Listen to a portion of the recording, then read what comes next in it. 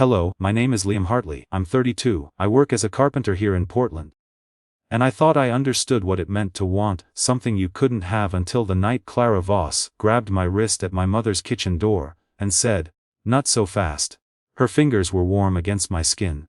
And in that moment, standing in the doorway between my childhood home and the cool October night, I realized that everything I'd been telling myself about keeping my distance had been a lie. Clara was 47, my mother's closest friend for over 15 years, and the woman I'd been quietly falling in love with for the past 6 months. "I know you've been avoiding me," she said, her voice soft but certain. The kitchen light behind her cast shadows across her face, but I could see the way she was looking at me, like she could read every thought I'd been trying to hide. And I think I know why. My heart was beating so hard I was sure she could hear it. I'd spent the entire evening pretending everything was normal, helping my mom set up for her book club meeting tomorrow. Making small talk with Clara about work and weather, and anything except the way I caught myself staring at her hands when she laughed, or how I'd started timing my visits to coincide with when I knew she'd be there. But let me back up. Let me tell you how I got to that moment. Standing in my mother's doorway with Clara's fingers wrapped around my wrist, and the weight of 6 months of unspoken feelings hanging between us like a question neither of us had been brave enough to ask. It started in April. My mom had been going through a rough patch after my dad passed away the year before, and Clara had been coming by more often to check on her. I'd been stopping by every Sunday for dinner, partly to help with things around the house, and partly because I worried about Mom being alone in that big house where she and Dad had lived for 30 years. Clara was always there on Sundays. She'd arrive with groceries or flowers or some new book she thought Mom would like, and she'd stay to help cook dinner or just sit on the front porch talking while I fixed whatever needed fixing that week. I'd known Clara my whole life, of course. She'd been at every birthday party, every graduation, every holiday gathering. She was just Clara, Mom's friend, part of the furniture of my childhood. But that April Sunday something was different. Maybe it was the way the afternoon light caught her hair when she was arranging daffodils in Mom's kitchen vase. Or maybe it was how she laughed at something I said about the stubborn bathroom faucet I was trying to repair. Not the polite laugh adults give to children's jokes, but a real laugh like she actually found me funny. Like she saw me as more than just her friend's son. I was 32 years old and I'd been married and divorced. Had relationships that lasted months or years. Had thought I understood attraction and connection. But watching Clara move around my mother's kitchen that day, humming softly to herself as she chopped vegetables for dinner, I felt something I'd never experienced before. It wasn't just that she was beautiful, though she was. It was the way she seemed completely comfortable in her own skin. The way she listened when people talked, really listened, like their words mattered. It was how she could make my reserved, grieving mother laugh until tears ran down her cheeks. I started finding excuses to be there more often. Suddenly, Mom's house needed more repairs than it had in years. The front steps were loose. The gutters needed cleaning. The garden needed a new fence. Clara was almost always there, and slowly over those spring weeks we began to talk. At first it was just small talk while we worked together in the garden or while she helped me sand down the porch railings. But gradually our conversations deepened. She told me about her job at the community college where she taught English literature to students who were mostly my age or younger. She talked about books she loved, places she wanted to travel. Her frustration with dating men her own age, who seemed to think she should be grateful for their attention regardless of how little effort they put in. I told her about my work. About the satisfaction I found in building things with my hands. About how I'd been thinking of starting my own contracting business, but wasn't sure I had the courage to leave the security of working for someone else. She listened in a way that made me feel like my dreams mattered, like they were worth taking seriously. "You know," she said one evening in May as we sat on Mom's front porch after dinner, "courage isn't the absence of fear. It's doing the thing that scares you because you know it's right." The way she said it, looking out at the street where we'd both grown up, made me wonder if she was talking about more than just my business plans. By June, I was visiting Mom's house 3 times a week, and Clara and I had developed what I told myself was just a friendship. We text each other occasionally, sharing articles or photos or just checking in. Nothing inappropriate. Nothing that crossed any lines, but I found myself looking forward to those messages more than I should have. One Thursday evening, Clara texted me a photo of a sunset she could see from her apartment window. "Thought you might appreciate the colors," the message said. The sky was painted in shades of orange and pink that reminded me of the wood stain I'd been using on Mom's deck. I texted back, "Beautiful. Makes me think of that cedar we picked out for the deck project.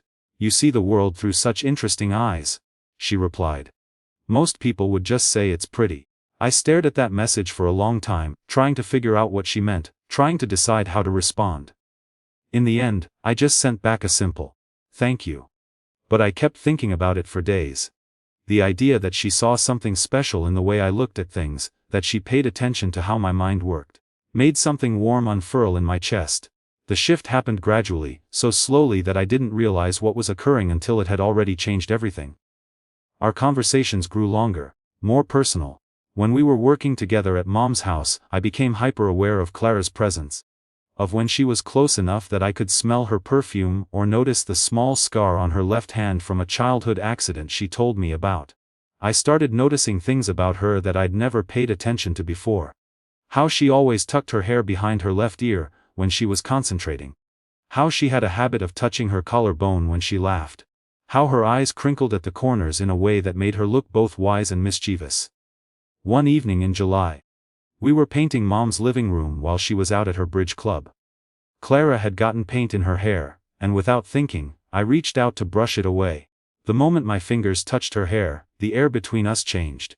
She went very still, and when I pulled my hand back, she was looking at me with an expression I couldn't quite read. "Liam," she said softly, and the way she said my name made my breath catch. But then we heard Mom's car in the driveway and the moment passed. Clara stepped back, smoothing her hair. And when Mom came in, we were both focused intently on our painting. The careful distance between us restored. That night, lying in bed in my own apartment, I finally admitted to myself what had been building for months. I was falling in love with Clara Voss, Clara who was 15 years older than me, Clara who was my mother's best friend, Clara who had known me since I was a teenager and probably still thought of me as a kid. The rational part of my mind knew it was impossible. Even if she could see me as something other than her friend's son, even if the age difference didn't matter to her, there was my mother to consider. How could I risk damaging the most important friendship in Mom's life for something that probably wasn't even reciprocated? So, I started pulling back. I found reasons to visit Mom when I knew Clara wouldn't be there. I kept my text responses shorter, more casual. When we were in the same room, I made sure to maintain a careful distance, to keep our interactions light and friendly and nothing more. But Clara noticed. Of course, she noticed. She was too perceptive, too attuned to the people around her, to miss the way I'd suddenly become unavailable for the projects we used to work on together, or how I'd find excuses to leave when she arrived. One evening in August, she cornered me in Mom's garage, where I was organizing Dad's old tools. "Have I done something wrong?" she asked, and the concern in her voice made my chest tight. I looked up from the toolbox I'd been pretending to organize and found her standing in the doorway, backlit by the setting sun. She was wearing a simple blue dress that brought out her eyes, and her hair was loose around her shoulders. She looked beautiful and worried, and I hated that I was the reason for that worry. "No," I said too quickly. "Of course not. You haven't done anything wrong." "Then why do I feel like you've been avoiding me?" I could have lied.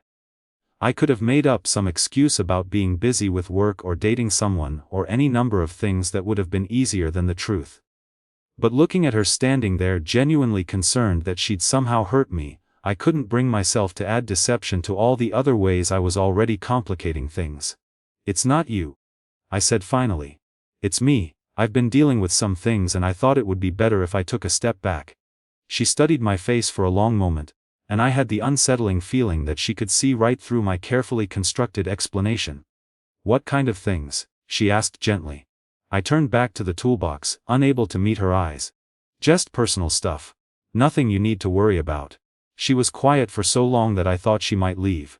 Instead, she stepped further into the garage and sat down on Dad's old workbench. "You know," she said conversationally, "when I was your age, I thought I had to handle everything by myself. I thought asking for help or even just talking about what was bothering me was a sign of weakness." "I'm not your age," I said without thinking, then immediately regretted it. She was quiet again, but when I glanced at her, she didn't look offended. If anything, she looked thoughtful. "No," she said slowly. "You're not. You're 32 years old. You're a grown man who owns his own truck and pays his own bills and makes his own decisions." Sometimes I forget that there was something in her tone that made me look at her more closely. She was watching me with an expression I'd never seen before, like she was seeing me clearly for the first time. "Clara," I started, but I didn't know how to finish. "It's okay," she said, standing up from the workbench. "You don't have to tell me what's going on. But Liam, if you ever want to talk, really talk, I'm here. Not as your mom's friend, just as me." She left then, and I stood in that garage for another hour, pretending to organize tools while trying to figure out what she'd meant by just as me. September arrived with the first hint of fall in the air. And I thought I'd gotten better at maintaining the careful distance I'd imposed between us. I still helped Mom with projects around the house, but I timed my visits for when Clara was teaching or had other plans. When we did run into each other, I was polite and friendly and nothing more. But Clara had other ideas. She started showing up at unexpected times. When I was replacing Mom's kitchen faucet on a Tuesday afternoon, thinking I'd have the house to myself, Clara appeared with groceries and insisted on making lunch for all of us. When I was raking leaves in the backyard on a Saturday morning, she arrived with coffee and homemade muffins and settled into one of the porch chairs like she planned to stay all day. Each time she was perfectly natural, perfectly normal. She didn't push or pry or make me uncomfortable. She just made herself present, available, like she was giving me opportunities to bridge the gap I'd created between us.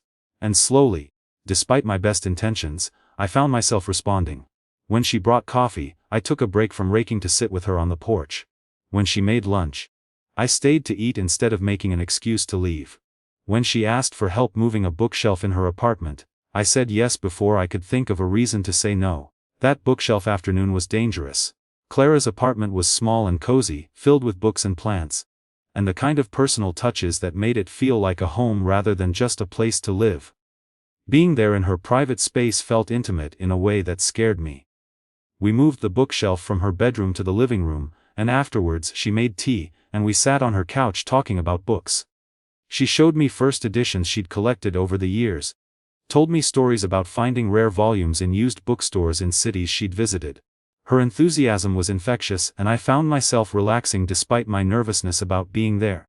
"You should read this one," she said, pulling a worn paperback from one of the shelves. "It's about a man who builds furniture and finds peace in working with his hands.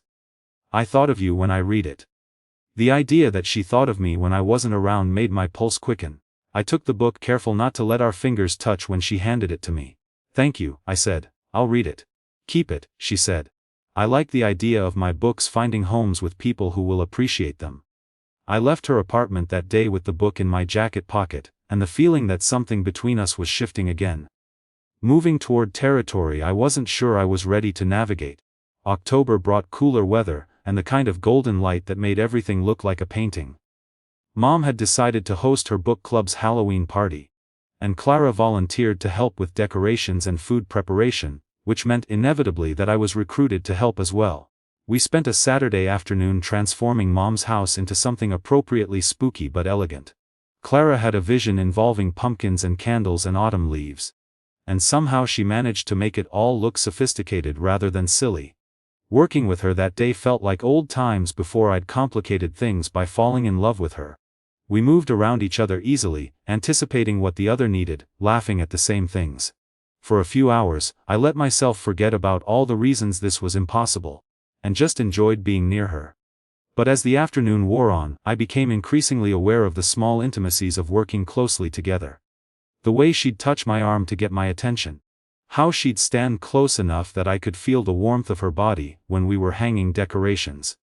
The way she'd catch me looking at her and smile like she didn't mind being looked at. By evening, when we'd finished decorating and Mom had gone to bed, Clara and I found ourselves alone in the kitchen cleaning up the remnants of our project. The house was quiet around us, filled with the soft glow of the candles we'd placed throughout the rooms. "Thank you for today," Clara said as she dried the last of the dishes. "I couldn't have done all this without you." "You could have," I said. "You're capable of pretty much anything." She looked at me then, really looked at me, and something in her expression made my breath catch. "Liam," she said softly, "can I ask you something?" I nodded, not trusting my voice. "That day in the garage when you said you were dealing with personal things, were those things about me?" The question hung between us like a challenge. I could lie, deflect, make some excuse that would preserve the careful balance we'd maintained. Or I could tell the truth and risk everything. "Yes," I said quietly. She set down the dish towel and turned to face me fully. What kind of things? My heart was beating so hard I was sure she could hear it. The kind of things I shouldn't be thinking about my mother's best friend. She was quiet for a long moment, studying my face. Then she took a step closer. What if I told you? She said carefully that I've been thinking some of those same inappropriate things. The world seemed to tilt around me. Clara, I know it's complicated, she said quickly. I know there are a dozen reasons why this is a bad idea, but Liam, I need you to know that when I look at you, I don't see my friend's son anymore. I see a man who's kind and funny and talented, and who makes me feel things I haven't felt in years. I stared at her trying to process what she was saying. You're serious, dead serious. She reached out and touched my hand the same way she touched my wrist that night at the door. The question is, what do we do about it? That was 3 weeks ago. 3 weeks of stolen moments and careful conversations of figuring out what this thing between us was, and whether it was worth the risk. 3 weeks of falling deeper in love with a woman who saw me not as someone's son or someone younger, but as exactly who I was. We'd been careful, discreet. We met for coffee in neighborhoods where we were unlikely to run into anyone we knew. We texted each other constantly, sharing thoughts and feelings in the small details of our days. Clara gave me books to read and I shared my dreams about starting my own business. We talked about everything and nothing, building something real and substantial between us. But we hadn't told my mother. We hadn't even really defined what we were to each other. We existed in this strange, wonderful, liminal space where anything seemed possible and nothing was certain until tonight when I'd finally worked up the courage to tell Mom about my feelings for Clara. Only to lose my nerve at the last minute. I'd spent the entire evening helping her prepare for tomorrow's book club meeting, waiting for the right moment to bring up the subject. But every time I started to speak, the words died in my throat. How do you tell your mother that you're in love with her best friend? How do you risk damaging the most important relationship in her life for something that might not even work out? So instead, I'd helped her arrange chairs and set out refreshments and made small talk about the book they were reading this month. And when Clara arrived to drop off some supplies for tomorrow's meeting, I'd been polite and friendly and nothing more, just like I'd been doing for months before everything changed. But Clara saw right through me. She always did. When I announced that I was leaving, she followed me to the kitchen door, and when I tried to slip out quietly, she grabbed my wrist and said, "Not so fast. Now?" Here we were standing in the doorway between my childhood home and the rest of our lives. And Clara was looking at me with an expression that was part challenge and part invitation. "I know you've been avoiding me," she said again, her fingers still warm against my wrist. "And I think I know why, Clara." You're scared," she said gently. "You're scared of what your mother will think, what other people will say. Whether this thing between us is real or just some kind of fantasy." She was right. Of course, she was always right. "Aren't you?" I asked, scared. She smiled then. The kind of smile that made her whole face light up, terrified, she admitted. "But Liam, I'm 47 years old, I've spent too many years being careful, being sensible, doing what other people expected me to do. I don't want to waste any more time being afraid of something that could be wonderful." "What about Mom? What about your friendship with her?" "Your mother loves you," Clara said. "And she loves me. She wants us both to be happy. Don't you think she's smart enough to see that we make each other happy?" I looked back toward the kitchen where I could see Mom moving around, probably making her final preparations for tomorrow.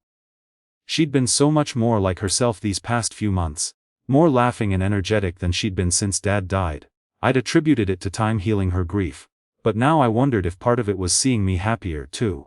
"Besides," Clara continued, "we're not asking for her permission. We're adults making adult decisions about our own lives. We can be respectful of her feelings without letting them dictate our choices." She was right again. She was always right. And I was always overthinking things. "So, what are you suggesting?" I asked. "I'm suggesting we stop sneaking around like we're doing something wrong. I'm suggesting we give this thing between us a real chance to develop into whatever it's supposed to be. And I'm suggesting we start by telling your mother the truth." The idea terrified me, but it also felt like relief. I was tired of hiding, tired of pretending that what I felt for Clara was something I could just ignore or wish away. "Now," I asked. "Why not now?"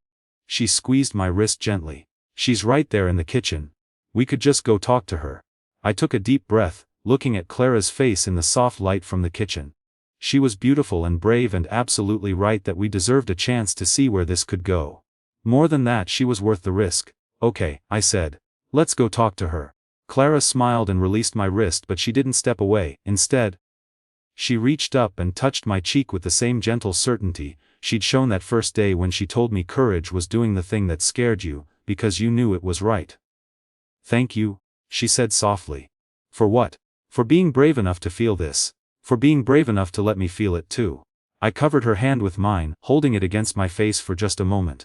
I love you, I said, the words coming out easier than I'd expected. I love you too, she replied. And the way she said it made me believe that everything was going to be okay. We walked back into the kitchen together, where Mom was arranging cookies on a platter for tomorrow's meeting. She looked up when we came in, and something in our faces must have given us away, because she set down the cookie she was holding and gave us her full attention. Mom, I said, my voice steadier than I'd expected. Clara and I need to talk to you about something. She looked from me to Clara and back again. And slowly a smile began to spread across her face. Well, she said, settling into one of the kitchen chairs like she was preparing for a good story. It's about time. I was wondering when you two were going to figure out what the rest of us could see from a mile away. Clara and I exchanged glances, and I felt laughter bubble up in my chest. You knew? I asked. Honey, Mom said, shaking her head like I was being particularly dense. I've been watching you fall in love with Clara since April. And I've been watching her fall in love with you right back. Did you really think I wouldn't notice? And you're okay with it? Clara asked, and I could hear the vulnerability in her voice. Mom reached out and took both of our hands in hers. Clara, you're the closest thing I have to a sister. Liam, you're my son and the most important person in my world. If you two have found something special together, why on earth wouldn't I be happy about that? The relief that flooded through me was so intense it made me dizzy. I'd spent months worrying about this conversation, imagining every possible negative outcome, and it had never occurred to me that Mom might actually be happy for us. Besides, Mom continued with a mischievous grin, Clara's been moping around here for weeks looking like someone stole her favorite book. And Liam's been skulking around like a lovesick teenager. It was getting painful to watch. I do not skulk, I protested, but I was laughing. You absolutely skulk, Clara said, bumping my shoulder with hers. It's actually quite endearing. And just like that, the weight I'd been carrying for months lifted completely. We were going to be okay. More than okay. We were going to be happy. We stayed in Mom's kitchen until nearly midnight, talking and laughing and making plans. Clara would still be Mom's best friend, and I would still be her son. But now, we could also be something new together. We could build something real and lasting, something worth all the fear and uncertainty we'd navigated to get here. When we finally said goodnight and walked out to our cars together, Clara stopped me in the driveway. So, she said, and I could hear the smile in her voice, even in the darkness. What happens now? I thought about all the possibilities stretching out ahead of us. Coffee dates that didn't have to be secret. Dinners where we could hold hands across the table. Lazy Sunday mornings and shared dreams, and all the small intimacies of building a life with someone you love. Now, I said, pulling her close enough to kiss her forehead. We get to find out what comes next. She tilted her face up toward mine. And when I kissed her properly for the first time, right there in my mother's driveway under the October stars, it felt like the beginning of everything I'd been waiting for my whole life. 6 months later, Clara moved in with me. A year after that, I started my own contracting business with her encouragement and support. 2 years later, I proposed to her in Mom's garden in the same spot where we'd first started really talking to each other. She said yes, of course. She'd been saying yes to us in small ways ever since that night she grabbed my wrist and refused to let me leave quietly. And I'd been learning slowly, but surely, but sometimes the best things in life are the ones that scare you the most. The ones that require you to be braver than you ever thought you could be. Sometimes love finds you when you're not looking for it in the last place you'd expect, with the person who's been right there all along. Sometimes it asks you to risk everything you think you know about yourself and what's possible. And sometimes, if you're very lucky, it rewards that risk with something more beautiful than you ever dared to imagine. I'm 34 now and Clara's 49, and we're planning a wedding for next spring in Mom's backyard. We're going to dance to the song that was playing on her radio that first day. I noticed the way the light caught her hair. We're going to promise each other all the usual things about love and faithfulness, and sticking together through whatever comes. But we're also going to promise to keep being brave for each other. To keep choosing each other even when it's complicated or scary or requires us to grow in ways we didn't expect. Because that's what love is really. It's not just feeling something for someone. It's deciding over and over again that they're worth the risk.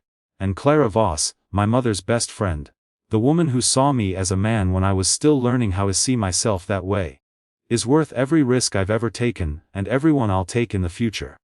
Sometimes the most important moments in our lives sneak up on us when we're trying to leave quietly. Sometimes they grab our wrist and smile and say, "Not so fast." And sometimes, if we're very lucky, we're brave enough to stay and see what happens next. Sometimes the door to the life you want isn't kicked open by fate, it's held open by a quiet, trembling act of courage. Liam and Clara teach a simple, difficult truth. Love is not a loophole in fear, it is a decision made in the presence of fear. We spend months, even years, protecting ourselves with distance, short texts, careful smiles, exits time to avoid what our heart already knows. But nothing changes until we choose honesty over comfort. When Liam stopped hiding and said, "I love you," the world didn't collapse. It rearranged itself around a braver version of him. And when Clara answered, "I love you too," she wasn't erasing the risk, she was proving that the right risk can become a home. The lesson is this: the life you're meant to live often begins on the other side of an uncomfortable conversation. Tell the truth. Ask for what you want. Walk through the doorway before your courage cools. You don't need certainty to move. Only alignment between your heart and your next step. If you choose the person and the path that call you to grow, the future will meet you halfway. Tell me in the comments. Have you ever stayed when fear told you to leave, and found something beautiful waiting there? What conversation are you finally ready to have? If this story gave you that tiny push toward bravery, hit subscribe and turn on notifications.